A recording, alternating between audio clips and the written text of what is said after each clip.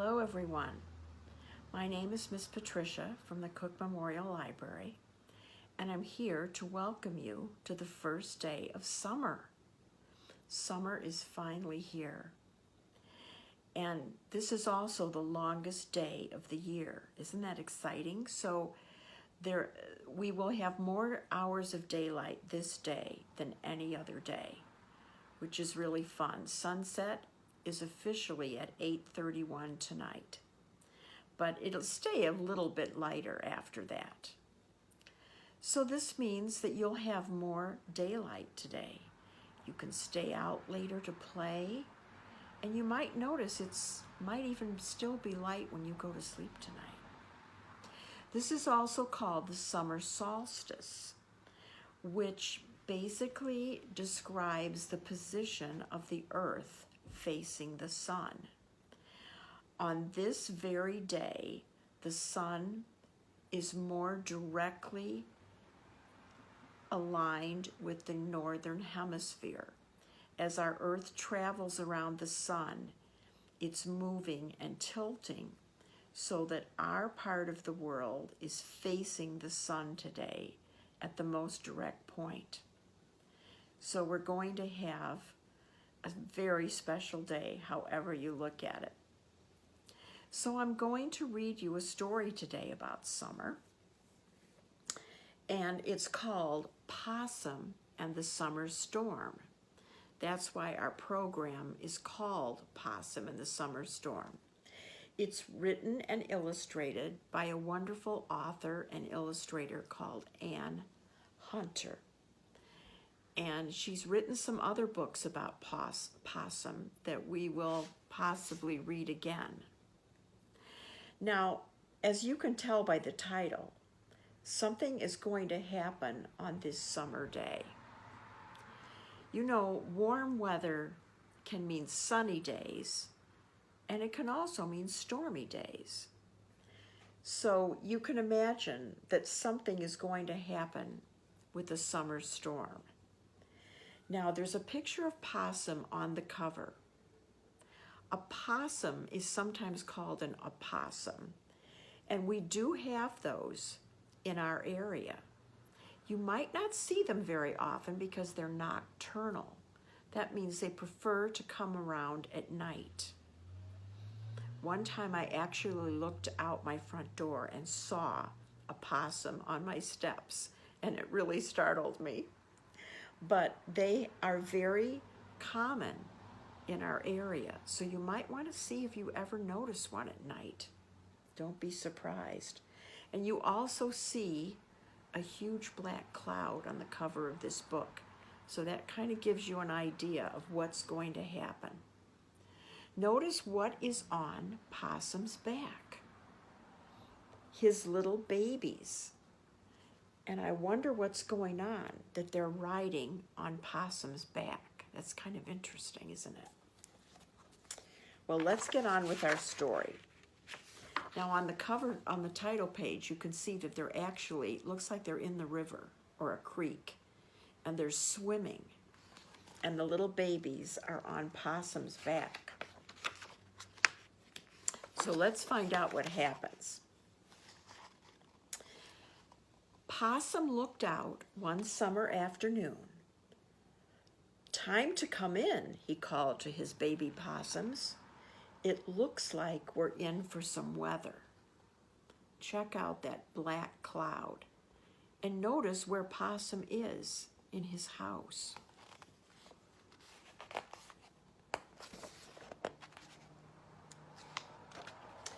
Thunder crashed. Wind howled. The Possum family watched as the creek rose. Here's a picture of the storm. It's raining so hard that the creek looks like it might overflow its banks. "Hang on tight, children," Possum yelled, as their brush pile home was swept downstream. Now, I don't know if you noticed, but their home was made out of sticks and dried materials that could easily be blown away by the wind. "Oh, Papa, our home is gone," cried the young possums. "Where will we live? Where will we sleep?" Possum surveyed the soggy land below. Notice where they are. They've all climbed up into a tree so they can not get wet. There was not a brush pile in sight.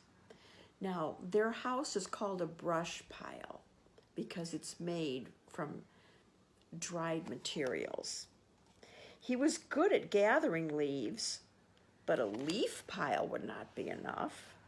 "Don't worry, children," he said. "We'll find a new home." Possum climbed down. A chipmunk hopped by. "Where's your brush pile?" she squeaked. "Gone," sighed Possum, "washed away." "Oh, bad luck," the chipmunk sympathized. "I can help you dig a new home," she offered. "Dig?" he asked. "Yes, you know," she said. "We'll dig a bedroom, a bathroom, a larder." A larder is a bit like a pantry. It's where you keep your food and supplies. Possum's eyes widened. "Yes," said Possum. "That sounds very nice." It looks like the sun has come out again, so maybe the storm has passed. I wonder if Possum will like living underground. The possums followed the chipmunk up to higher ground. She set Possum to gather dry leaves for bedding, while she and the little possums set to digging. There's their hill. "Look at our new home, Papa," cried the little possums. When Possum returned, Possum looked at the door hole in dismay. Now you can see that the chipmunk and the little possums have dug little passageways and rooms under the ground. You see those? But there was a doorway to get through. You can see the little possum right there just fits in the doorway. "Oh dear," Possum said, "I'm sure it is lovely in there, but I will never fit. I'm afraid." "Oh dear, I can see that now. Well, perhaps you could use it as the basement for your new home." Possum and his children walked down to the marsh in search of a home. A marsh is a bit like a wetland. They found a nice one. You can see it right here, sitting in the water. But look, there's someone in there. Oh, unfortunately, it was occupied. "Hello, muskrat," he called. "How did you come by such a nice house?" "It's called a lodge," called the muskrat, "and I built it myself. Cattails and mud. Want me to show you?" Now, obviously, there's plenty of mud near the creek from the land. And you see these plants at the bottom? Those are called cattails because of the little brown plants at the end of the leaves that look like tails. Well, this is a lovely house. Muskrat followed them up the rise and showed the possums how to build a dome of reeds and mud over the burrow that the chipmunk had helped them dig. So look, they're starting a new house to build over the underground passage homes.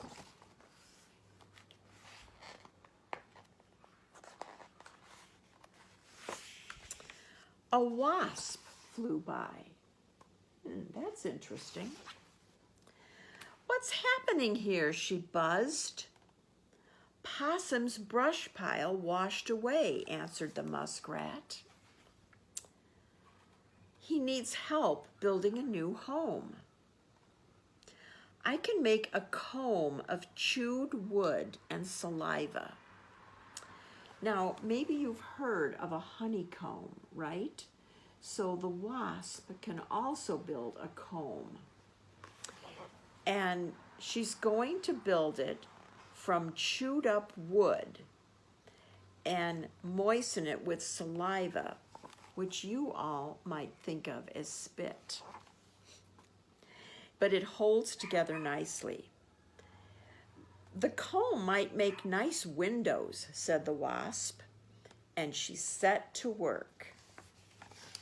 There's the dome of their new home that Muskrat helped them with.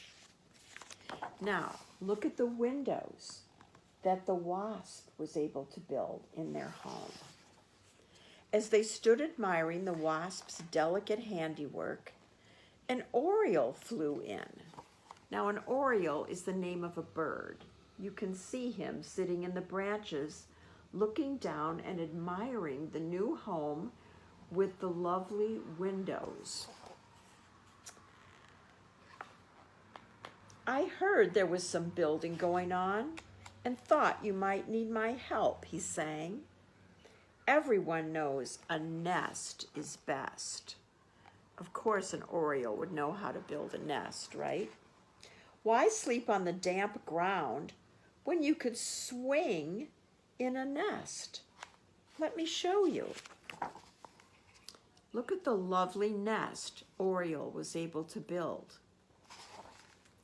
The oriole wove hammock-like nests of grasses and vines in the tree above the house. So that will make a lovely place to sleep. They all stood back. "Oh, Papa, it's the most beautiful home in the world," exclaimed the little possums. "How can we ever thank you?" Possum asked the animals. "We could never have done it without you." And look at their beautiful new home with the underground burrows, the beautiful dome-like house made by Muskrat, and the lovely nest made by the oriole, plus the windows made by Wasp. "Come in," cried Possum. The wind blew, the rain poured, and the animals watched, snug and dry, from Possum's new home. There was room for everyone in their new home. You can see Oriole right here, and you can see Possum inside this comb window, and baby possums and the chipmunk are in the top windows, and the orioles are up in the nest. It looks very cozy. "Come back soon," called Possum. When the rain was finally over, "My home is your home." So there is Possum's new home, but there's plenty of room for all the other animals if they should ever need a home. Wasn't that a lovely story? Well, I hope you have a wonderful summer. And also, the next time when we do have a summer storm, think about where all the animals go when it rains. See you next time. Check our website for all of our fun summer programs. Bye now. Hello, everyone. We just read a summer book called Possum and the Summer Storm. Let's find out some more about that storm. Maybe you will start watching the weather. First, listen. What do you hear? It sounds like a storm. Let's find out some more about the weather. How about it? This book is called Watching the Weather. So that would be a good place to start. Of course, in summer, the weather is warm and the sun is bright. Look at the sky. The weather is changing.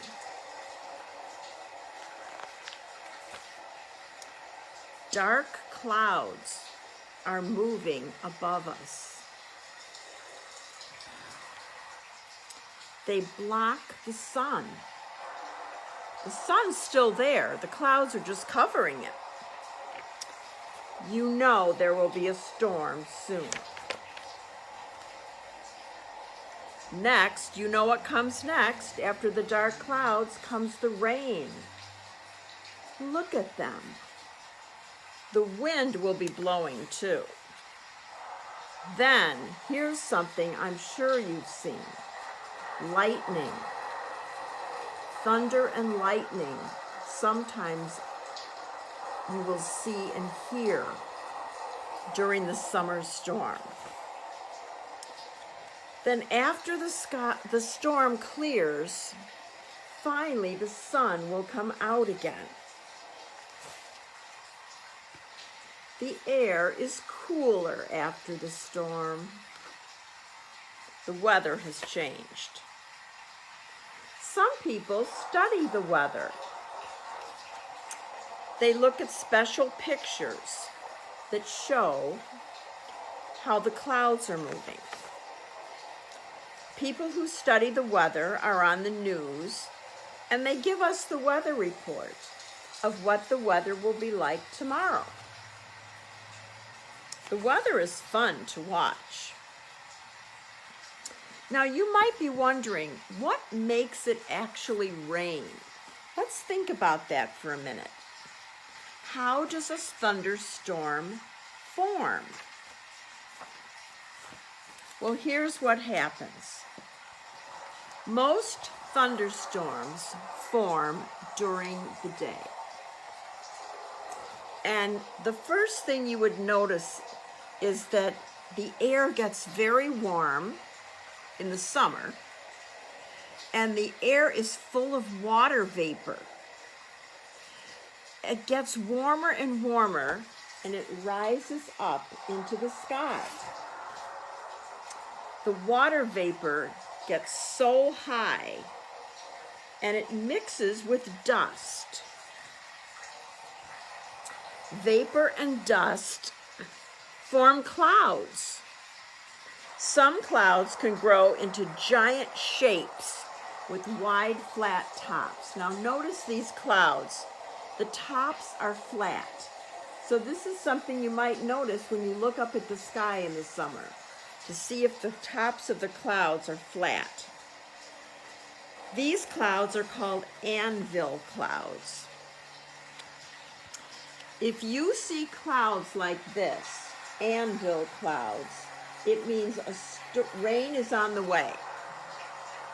Watch them pile up and grow thick and dark.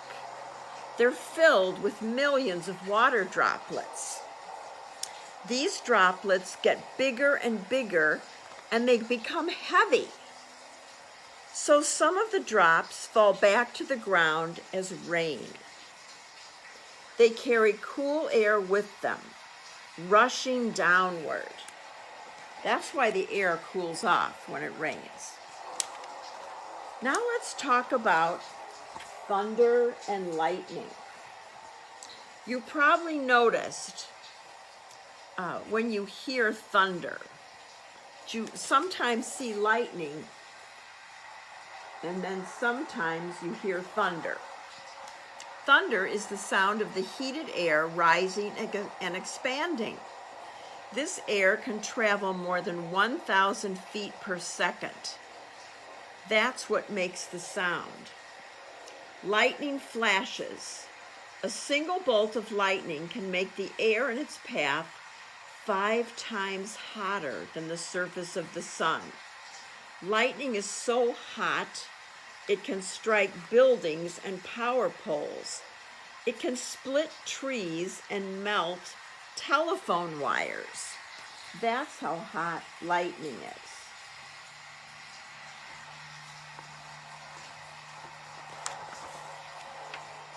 Thunderstorms can travel together. Their edges form a single long wall of menacing clouds called a squall line. Well, I hope that you will start noticing the sky, and maybe you'll be able to predict when a storm is coming. So since we've been talking so much about storms, start noticing the sky. And you know, if you do hear thunder or see lightning, you should always go home or seek shelter. When thunder roars, move indoors, right? Another fun thing you might do this summer is keep a weather journal. You could do it with pictures and words. And notice how the weather changes every day. That's a really fun thing to do. You even might give a weather report for your family based on your observations. And then you can see if it really comes to be. Whatever you decide to do this summer, enjoy the great outdoors and keep safe and notice our beautiful summer sky. Have fun, everyone.